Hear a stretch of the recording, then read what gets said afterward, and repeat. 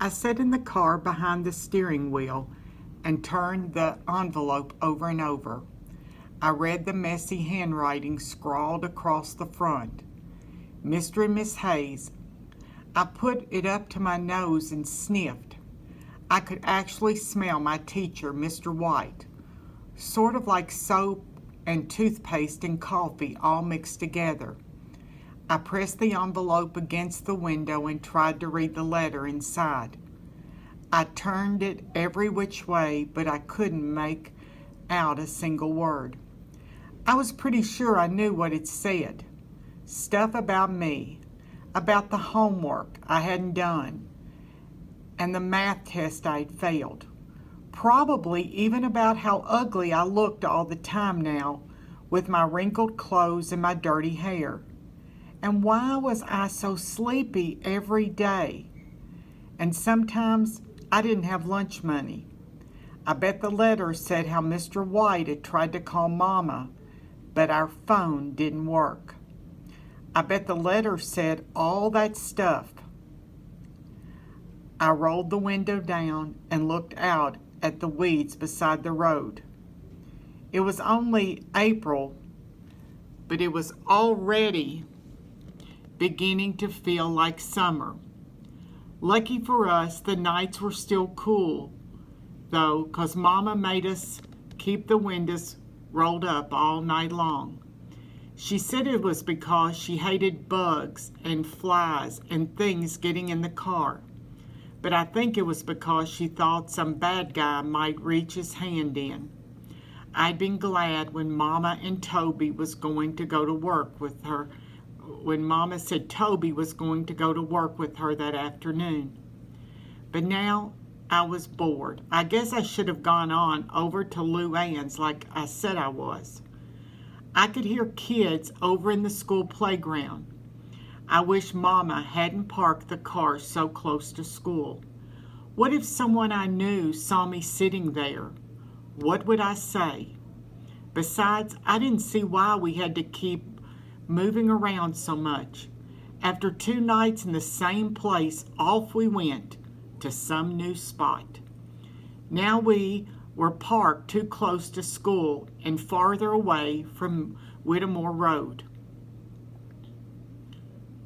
How was I supposed to keep an eye on that dog if we kept parking so far? I climbed into my back seat and stuffed the envelope from Mr. White way down inside my trash bag of stuff. Then I pulled out my notebook and turned to the page that said, How to Steal a Dog by Georgina Hayes.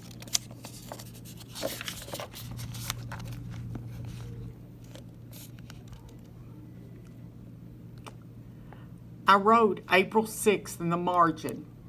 Then after step 1, I skipped 2 lines and wrote, Step 2, when you find the dog you want to steal, keep an eye on it for a while. Here are the rules to remember. 1, make sure the dog really doesn't bark or bite. 2, if there is a fence, see if the gate is locked. 3, decide whether or not you can pick the dog up, or maybe you have to have a leash or rope. 4, check to see if there are any nosy people living next door or across the street or something. I closed the notebook, climbed out of the car, and locked the door with the key I wore around my neck. Then I set off for Whittemore Road. When I got there, I stopped for a minute to check things out. The street was quiet. There was nobody outside except for some guy working on the engine of his car. Inside one of the houses, a baby was crying. A sprinkler sputtered in circles in one of the yards. I walked up the yard toward the house. I hummed a little so my face wouldn't look as nervous as I felt. When I walked by the man working on his car engine, he didn't even look up. I strolled along beside the hedge that surrounded the big brick house. I quit humming so I could listen. It was quiet in the yard.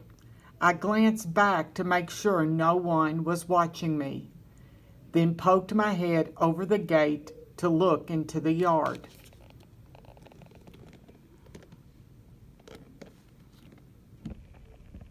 Birds flew away from a bird feeder that hung from a hickory nut tree. The front door of the house was closed, and I noticed something I hadn't seen the other day. One of those little doggy doors so the dog could go in and out of the house all by itself. I figured that was a good sign. It probably meant that the people who lived there were gone a lot, but they still cared about their dog. Then I remembered my rule about checking to see if the gate was locked. I reached over and lifted the latch. Nope, not locked. Suddenly a squirrel came scampering around the corner of the house and scrambled up the hickory nut tree. Not far behind it was the black and white dog. He dashed to the tree and peered up into the branches with his tail wagging about 1,000,000 times a minute. "Hey there," I called to him.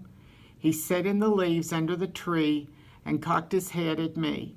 His face was white with little black spots like freckles and black fur around one eye, like a patch. His ears were floppy, but when he looked at me, they perked up. But the best thing about him was that he looked like he was smiling at me. The sides of his mouth curled up and his pink tongue hung out. "Hey there," I said again. His doggy smile got bigger, and his tail wagged harder, swishing leaves back and forth. "Come here, fella."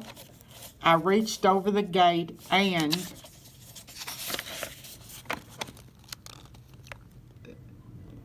snapped my fingers at him.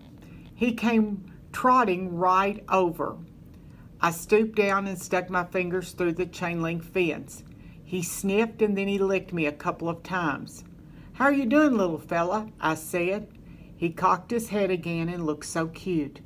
I looked at the house. The front door was still closed and it seemed like nobody was home. I scratched the dog behind his ears and he leaned his head against my hand with his eyes closed. He was wearing 2 collars. One was a dirty plastic flea collar. The other one was green with shiny rhinestones and a little silver tag shaped like a dog bone. "What does this say?" I pulled the dog a little closer and squinted at the words engraved on the tag. "Willie," it said. I turned it over. On the other side it said, "Carmela Whitmore, 27 Whitmore Road, Darby, North Carolina." Under that was a phone number. "Willie," I whispered to the dog. His floppy ears perked up and he did that dog smile thing again. "My name is Georgina," I said to Willie. Just then that squirrel made its way down the trunk of the hickory nut tree, and Willie dashed off to chase it again. I stood up and looked around. Way at the back of the street, 2 kids were riding bikes. The man who had been working on his car was sitting in a lawn chair smoking a cigarette. Uh-oh, I thought. What if he saw me? I headed back up the street trying to look like a normal person instead of a person who was thinking about stealing a dog. I kept my head down and concentrated on keeping my feet from running. I didn't look at the man when I passed him, but I caught a whiff of cigarette smoke. When I got to the corner, I finally let my feet run like they'd been wanting to all the way back to the car. When I got there, I unlocked the door and climbed in behind the steering wheel.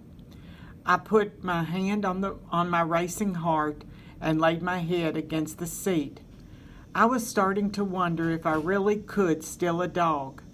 I'd never stolen anything in my whole life. Lou Ann did one time, slipped a pack of M&Ms right into her coat pocket. But not me. How in the world was I going to steal that dog? But then I looked around me at all the stuff inside our car. The styrofoam cooler full of icy water and plastic containers of tuna salad. the trash bag stuffed with clothes and shoes, the milk crate on the floor with paper towels, shampoo, a flashlight, a can opener.